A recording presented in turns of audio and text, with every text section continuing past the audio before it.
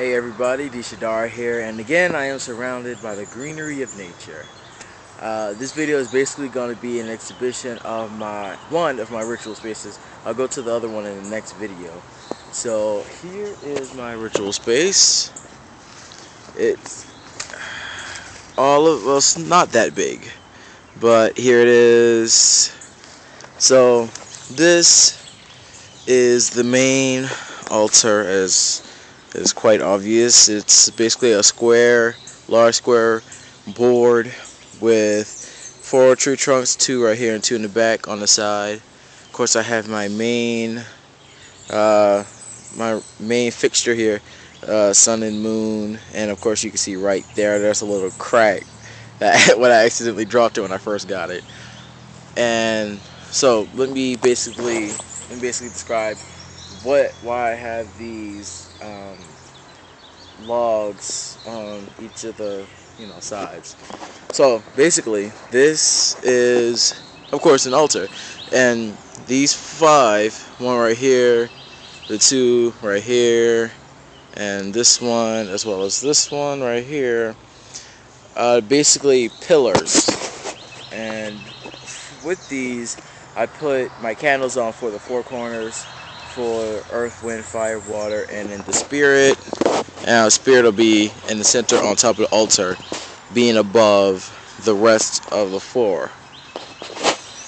Now, I made this, of course, because of the 4 corners, like I already stated, but also it's like to serve as something like an informal circle. Because, of course, as you can see, there are large spaces between each of the pillars, and it gives a good something like a container. It shows the border between the ritual space and the outside space. So sometimes I have in my other ritual space I have a circle, a formal circle. So here I have an informal circle, because for me personally, I don't seal the circle like with some people use salt stones, tarot cards. I've even heard of some using flour, basically any kind of material that you can make to encircle oneself. That's what people will use. So this, divided based off of direction. As it stands right now, this this is north, of course. This one is north, this one is west, this one is south, and this one is east. So as it stands now, as far as the elemental correspondence, this is earth, this is west, which is water, this is south, which is fire, and this is east, which is air. But considering I've been doing some thinking on it, because I haven't done a ritual here in a little bit, so I decided to change it, because it's not something that the correspondence as far as direction and element. It doesn't really speak to me, because it just seems like it should be different. So right now I'm going to basically be developing a ritual where I'm changing it.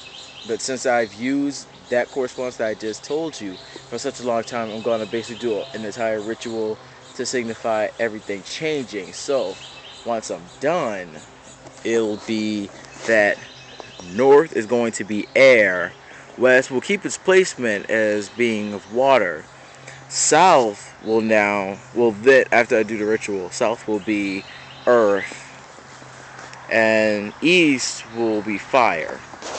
Now, of course, there are going to be some who say, that's not right, but you have to understand that the whole spirit of Wicca is very decentralized, and it just existing is very non-traditional. So it's not like we have some dogma that everyone must adhere to or be considered a bad Wiccan, but it's more something that speaks to us. Every person is free to choose what they want to believe as far as the faith goes. That's why you don't, even though you hear people saying that, oh, you're not a true Wiccan if you don't get initiated into a coven or a circle grove, wherever you want to call it, or that you have to use certain things say certain things when you're doing ritual or living your life. Some say you have to be a vegetarian. Some go as far as saying you got to be vegan. You know, all of those rules and stuff are subjective. And I know I already have a rule that I put in place for myself, at least, moral predation. But that one kind of makes sense. Not the one with the coven, since most first we don't have large numbers and all that, and it's just a whole bunch of other stuff. So it might be wrong to for others, but it's not wrong to me. So I have. Oh wait, I don't need to show y'all now. I have first to start with north over here. Now I decided to make north of air because if you think about it, north for me personally, I thought of it being lightest. It's above all the rest. So when you think about it, when I thought about when I thought of north, I didn't think earth, because earth is a heavy element. So if earth is a heavy element, why would I have it as the highest element above the rest when it's the heaviest element? So it just didn't make sense to me. So I decided to switch it for air because air is the lightest element of the five, well, of the four, really, if you think about the earthly correspondence with spirit connecting all of the four.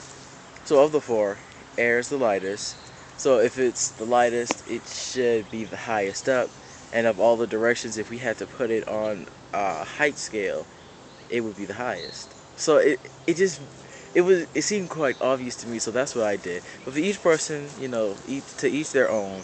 But personally, for me, that's why I just decided on having it there. West, I decided to keep its direction because west is of the water, and the moon, and of night and all that kind of stuff. Because the sun sets in the west, so in a way, that's where the darkness begins. Once the sun is gone in the west, that's when there's darkness, and that's the beginning of night. So it was obvious to have it there because, like I said, that's where the sun sets. And since water's element, the element of water is about intuition, darkness, the psyche, as far as its association with the moon, then it made sense to keep it how it was. So next would be south. Now, south, of course, I just described with earth. Earth being the heaviest element, it should be on the lowest. And since since earth on its own is more of like the most physical element, then it made sense, and the most foundational element to me, it made sense to have it as south instead. And east, I decided to change, of course, from being of air to being of fire because the sun rises in the east. So if the sun rises in the east, and the sun is the chief element and the chief symbol of fire, it made no sense to have a different element represent or be in the direction where a different symbol rises. So to me, it just made sense. It has to be, the east has to represent fire, since that's where the sun rises. And since the sun rises here, then nighttime starts once the sun sets. It makes sense to have its counterpart be water, night, and thus the moon. And of course, here I have my spirit pillar, which is in the center of all of these, the other four pillars. And this is because I have it elevated on purpose. Because there's let's see if I can, yeah, so when you sit down, it's actually like right up to your face, but it's actually a little above you, the fixture. So you can see the height that it has. It's not that bad, like 2 feet maybe. And so it's elevated above all the rest to show that it's above all of them, because it's not limited to just one element. It's with all of them, so it's in the center, and it unites all of the other elements into the one chief element, which is spirit, the combination of all of them put together. And I also thought, when I thought about it, actually, it's just that this idea came to mind, um, that if you think about it, since oh, this is my dog, by the way, cereal, eating some, I don't know what he's eating, but anyway, oh, some leaves. So anyway, Okay, like these, what I thought about. Oh, I'm sorry for my truck driver, Ash. It's very cold. Anyway, so the four pillars basically represent, when I thought about it, it's like the four corners of the earth, right? And then from the four corners is they're basically like the foundation upon which rests all of the universe, because it's within it. So it's like the earth, the four corners of the earth, and you have like all of the universe is essentially being represented here, and then on top, around all the universe, four corners, and the universe being within all and of all, you have the one representation of all of creation, which is the spirit pillar, which is above all of them, yet by it being connected by the universe, and the universe being inside and outside the earth and the pillars, it's like it seems to make some type of poetic sense to me, you know. So that's my ritual space. I can't really have it use it now, since I have to wait until I do the elemental pillar swap ritual. Once I'm finished that, then and make um, I'll go ahead and start doing ritual there. Had a little brain fart just now. So that's everything. This is Dishadara. Thanks for watching my video. Goodbye.